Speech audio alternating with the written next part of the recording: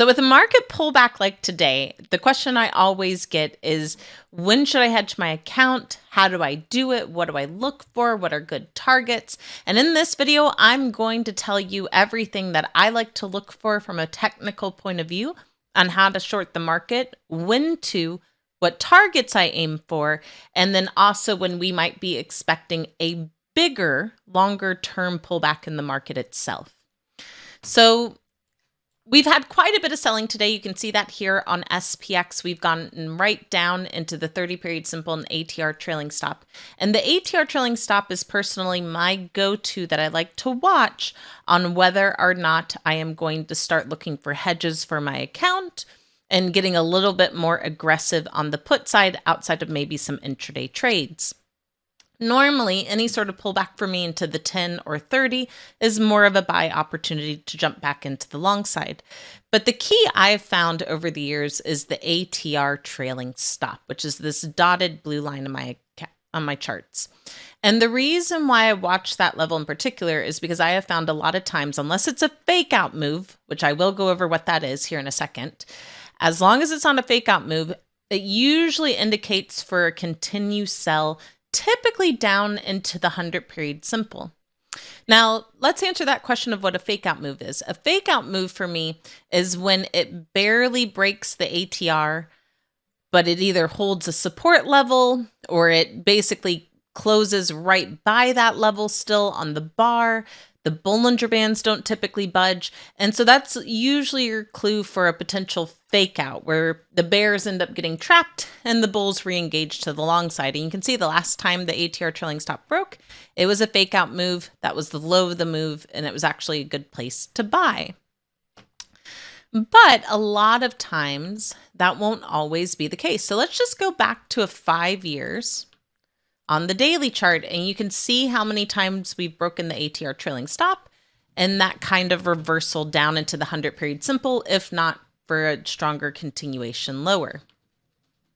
So we talked about this one being a fake out move. Back here, the last time we broke the ATR trailing stop was right here. Now it immediately went to the 100, right? Because the 100-period simple was very close to where the ATR trailing stop was printing.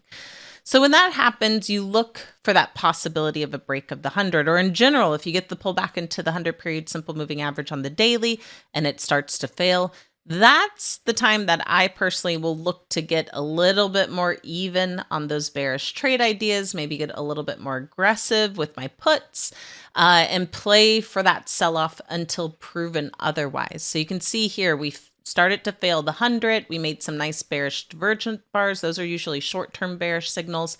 And you can see that's when the selling really started to happen in April, and we went down into longer-term support levels on the weekly and monthly timeframes. So that when it breaks the ATR and it fails to get back above the 100, that's your time to really go a bit more short in your account. And we'll see that back in 2022 and other places.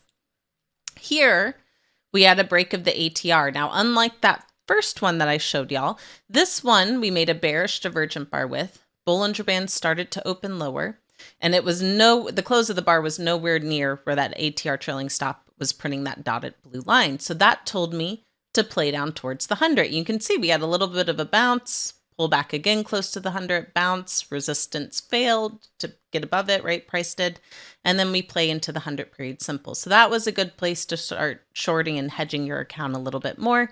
And if the 100 holds, that's your discount buy opportunity. You can see that also was timed with the true low on the daily chart. That's one of my indicators to show a really nice discount buy in the market.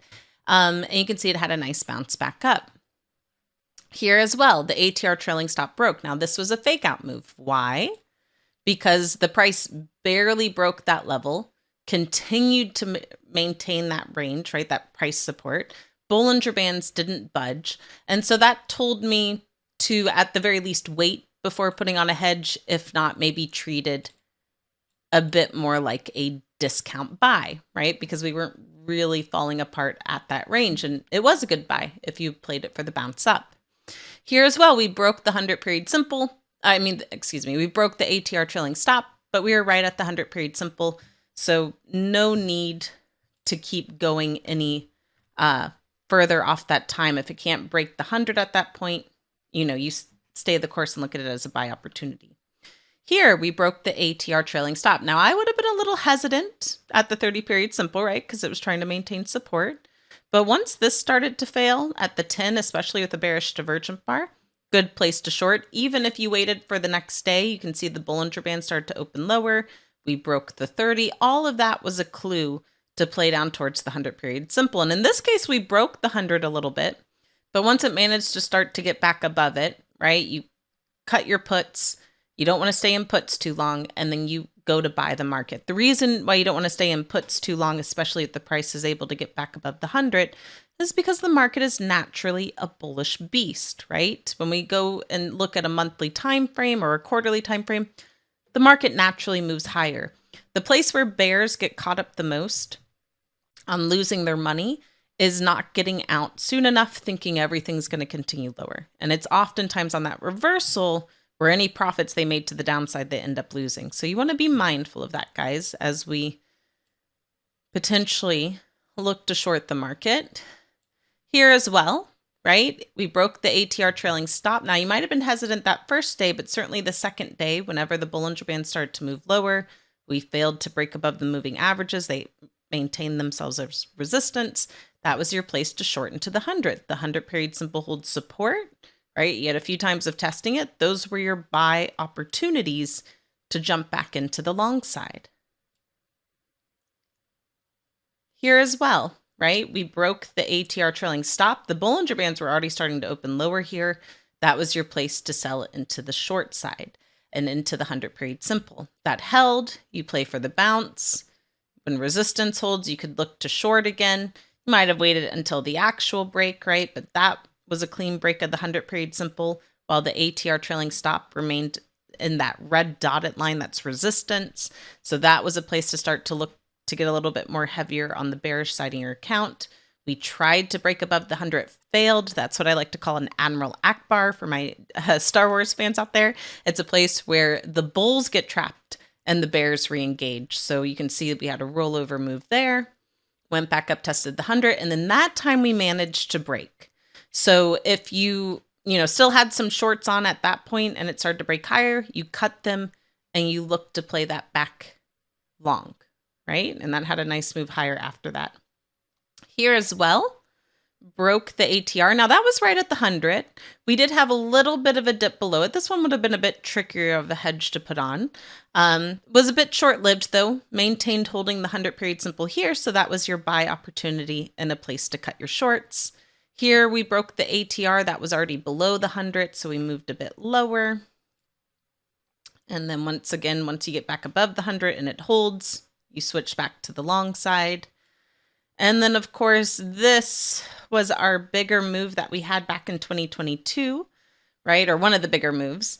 So ATR trailing stop went back into resistance, broke the 100. That failed short. You tried to break here on this bar here when it failed. I remember we got short over in the small lots room over at Simpler Trading. That was a good place to short from. And then once again, that failure, you short into support. And then it tried to break back to the upside. Let's keep going. So here as well, ATR trailing stop broke. You were already below the 100 at that point. So that's more your place to just re-engage on the short side because it, once again, was an Admiral Ackbar. The price tried to get above the 100-period simple, couldn't do it, ultimately failed. So the bears trapped the bulls and re-engaged them short. This was the initial break of the ATR for the start of the 2022 move. As you can see, you could have played into the 100. Once that broke, you short, place to re-engage. And then, like I say, place to re-engage to the short side. Here we broke the ATR, you play into the 100. Here you broke the ATR, you play into the 100. And so on and so forth, guys. So you have a few years of data to show you how that ATR trailing stop can really help you signal a possible reversal entries, as well as what to be mindful for about a potential fake out move. And if we do break the ATR trailing stop and we go down, and it breaks in a significant way, it's not going to be a fake out move. If it, with where it's at right now, if it barely closes like this, then it might be a fake out move, right? Especially if Monday the Bollinger Bands remain flat, we start to bounce, that might just be a buy opportunity. But if we break this a little bit more meaningfully, I will be looking for a move down to the 100-period simple. And if that starts to break, then we might be inclined to play for a lower target into either the ATR trailing stop on the weekly time frame or the 30-period simple on the weekly time frame.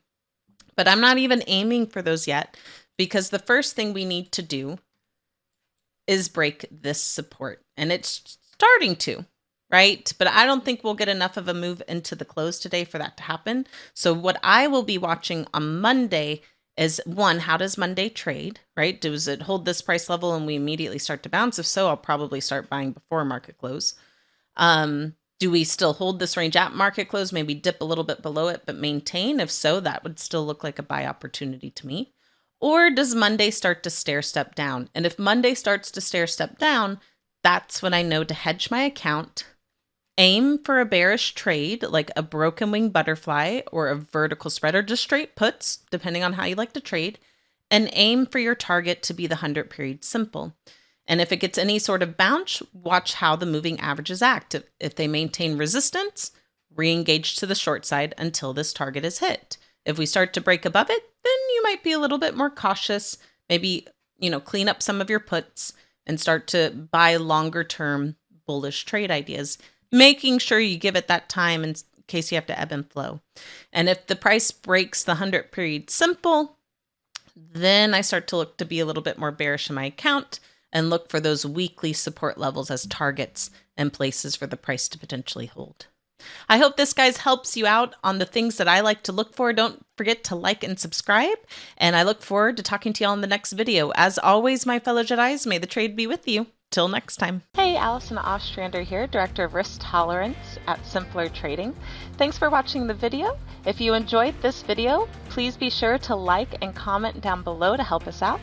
Also, be sure to subscribe and click the bell icon so you can get notified when we release our next video. And if you want to watch us trade in real time using our own money, go to simplertrading.com to learn how to sign up. As always, may the trade be with you, and we'll see you in the next video. Bye.